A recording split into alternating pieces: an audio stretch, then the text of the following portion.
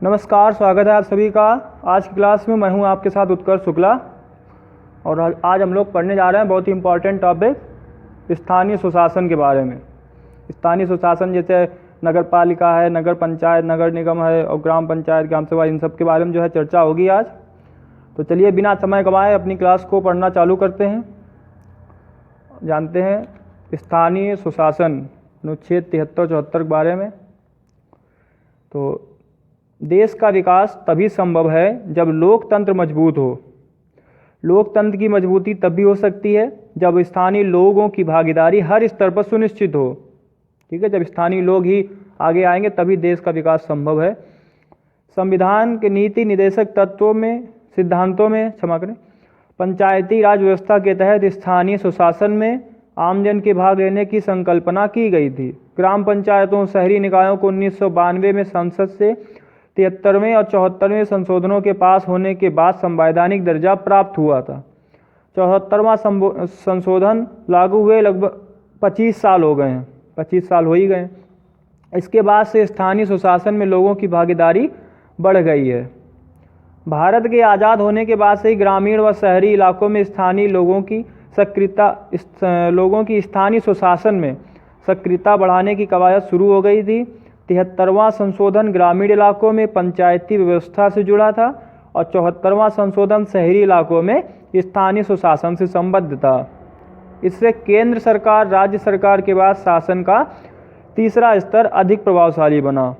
इन दोनों संशोधनों के बाद स्थानीय चुनाव कराना एक संवैधानिक बाध्यता हो गई।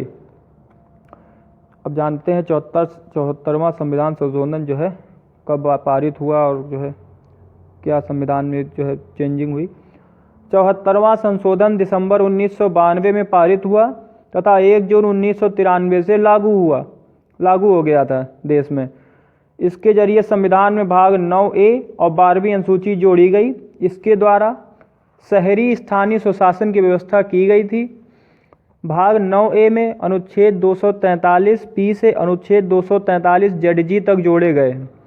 इस 74वें संशोधन का उद्देश्य नगरीय निकायों जैसे नगर पंचायत, नगर पालिका, नगर निगम के अधिकारों में समानता लाना है।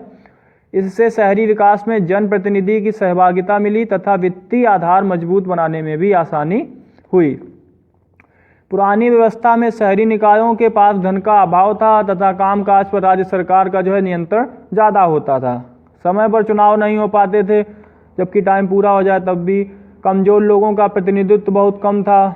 इसीलिए 74वें संशोधन द्वारा स्थानीय नगर निकाय की संरचना का गठन, कामकाज, शक्तियों के निर्धारण सब जो है किया गया।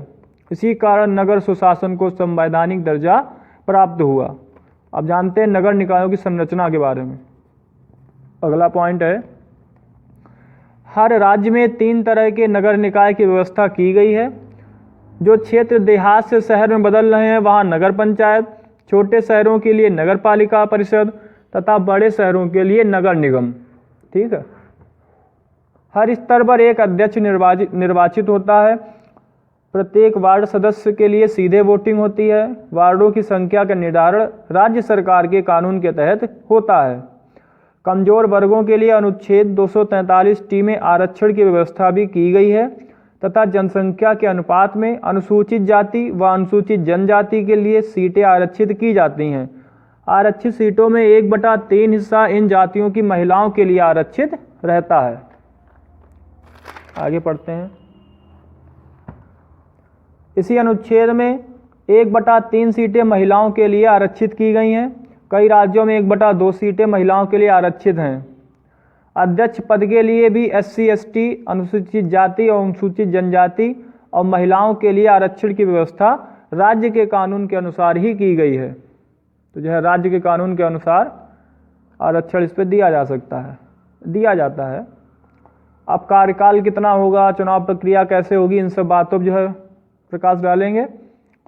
नगरीय निकायों का कार्यकाल 5 वर्ष निर्धारित है और भंग होने पर 6 माह के भीतर चुनाव कराना जरूरी होता है।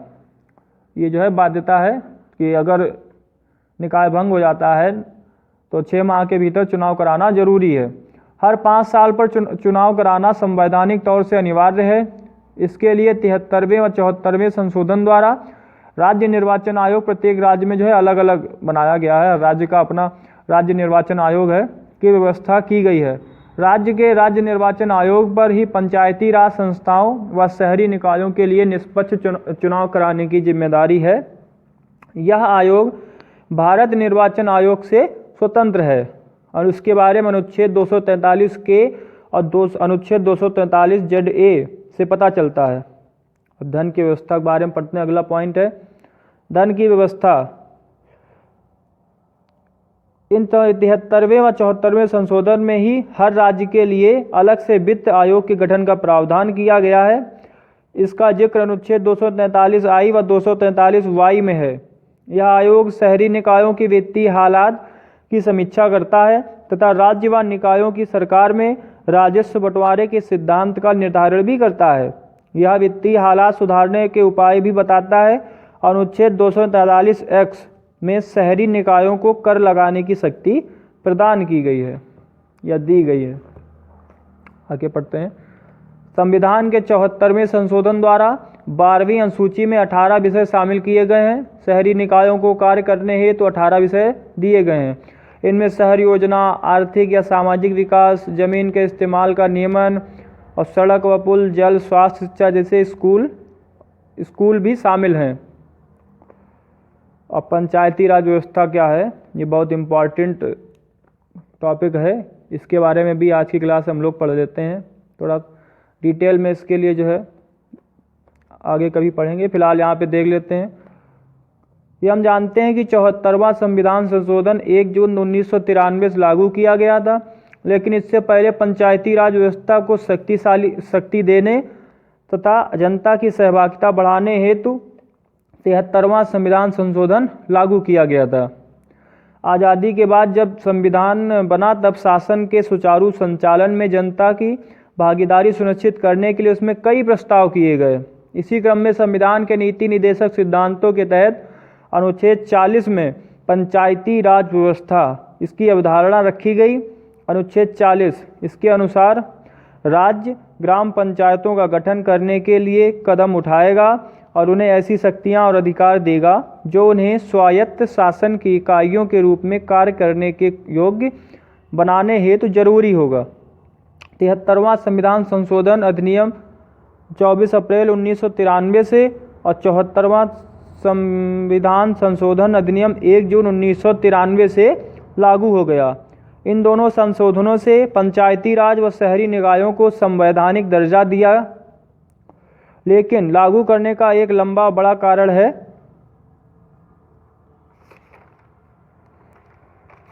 अब दरअसल भारत में आगे बढ़ते हैं। दरअसल भारत में सामुदायिक इनको जो है लागू करने का एक और लंबा बड़ा कारण ये है कि भारत में सामुदायिक विकास कार्यक्रम की शुरुआत 1952 में की गई, पर आम आदमी इससे सीधे नहीं जुड़ पाए। जो आम जनता है वो इससे सीधे नहीं जुड़ पाई। इस दिक्कत को दूर करने के लिए 1957 में बलवंत राय मेहता की अध्यक्षता में एक समिति गठित की गई। इस समिति ने स्थानीय स्तर पर त्रिस्तरीय पंचायती राज प्रणाली की स्थापना की सिफारिश की थी। तो अब आगे देखेंगे क्या हुआ। जिसमें ग्राम स्तर पर ग्राम पंचायत, प्रखंड स्तर पर पंचायत समिति या जिला स्तर पर जिला परिषद हो, ये प्रावधान जो है इसमें किया गया था, तथा तीनों के एक दूसरे से अप्रत्यक्ष चुनाव द्वारा जोड़ा जाए, ये भी बात कही गई थी। ग्राम पंचायत का चुनाव प्रत्यक्ष रूप से तथा पंचायत समिति व जिला परिषद का चुनाव अप्रत्यक्ष रूप से हो। विकास नियोजन के सभी काम इन संस्थाओं को दिए जाएं। विकास कार्य हेतु पर्याप्त वित्तीय संसाधन भी उपलब्ध हों। समिति की सिफारिश स्वीकार करते हुए प्रधानमंत्री पंडित जवाहरलाल नेहरू ने तत्कालीन प्रधानमंत्री उन्होंने 2 अक्टूबर 1959 को नागौर राजस्थान राज्य से पहली बार पंचायती राज व्यवस्था की शुरुआत की थी।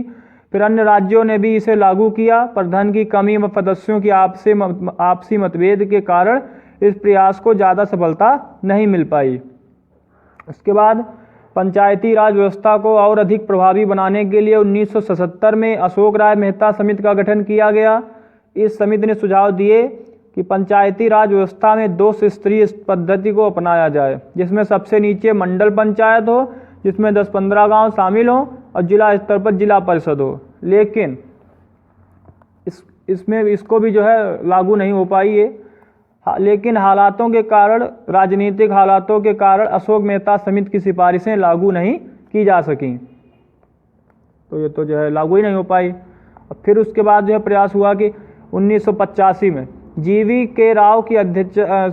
के राव की अध्यक्षता में एक कमेटी गठित की गई जिसने जिला परिषदों को मजबूत बनाने की सिफारिश की।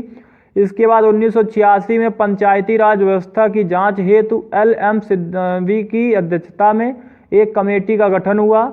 इसने ग्राम सभा को मजबूत करने और पंचायती राज के नियमित चुनाव कराने पर जोर दिया था। इस समिति ने ही पंचायती राज को संवैधानिक दर्जा देने की सिफारिश भी की थी। तो यही समिति जिसने कहा था कि पंचायती राज को संवैधानिक दर्जा दिया जाए। इन सब दौर से गुजरते हुए 73वें व 74वें संशोधन का रास्ता साफ हो गया और देश भर में पंचायती राज व शहरी निकायों में एक रूपता लाने की कोशिश की गई। और 73वां संशोधन पंचायती राज से जुड़ा है, इसको संविधान में भाग 9 से जोड़ा गया है। साथ ही अनुसूची 11 जोड़कर पंचायतों के अधिकार क्षेत्र के विषयों को संविधान में जगह दी गई। इसमें ग्राम पंचायत, पंचायत समिति, जिला पंचायत का गठन और 5 वर्ष पर चुनाव, अनुसूचित जाति, अनुसूचित जनजाति के लिए जनसंख्या अनुपात में आरक्षण, महिलाओं के लिए 1/3 सीटों का आरक्षण, इसका सबका प्रावधान किया गया। और साथ ही राज्य वित्त आयोग व राज्य चुनाव आयोग का गठन भी किया गया है तथा टैक्स, ड्यूटीज और जो है क्या नाम और अन्य शुल्क लगाने व वसूलने का अधिकार पंचायतों को, टोल शुल्क और लगाने व वसूलने का अधिकार पंचायतों को दिया गया। 73वां संशोधन गांधी जी के ग्राम स्वराज के सपने को साकार करने में बढ़ाया गया एक पहला कदम है। ठीक है, और थोड़ा और पढ़ लेते हैं संविधान संशोधन के बारे में। भारत में संविधान संशोधन की संयुक्त व्यवस्था है जो ना बहुत लचीली और ना बहुत जटिल है।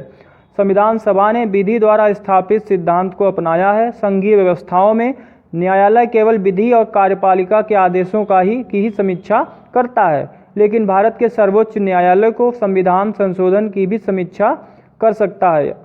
संविधान के भाग 20 में अनुच्छेद 368 के तहत संविधान संशोधन की प्रक्रिया का वर्णन है और संशोधन प्रक्रिया के लिहाज से इसे 3 भागों में बांटा जा सकता है। संसद के साधारण बहुमत से संशोधन, संसद के 2/3 बहुमत से संशोधन और संसद के 2/3 बहुमत के साथ साथ कम से कम आधे राज्यों के विधानमंडलों द्वारा स्वीकृति आवश्यक हो। और संविधान संशोधन विधेयक पारित करने की प्रक्रिया साधारण विधेयकों की प्रक्रिया से अलग होती है।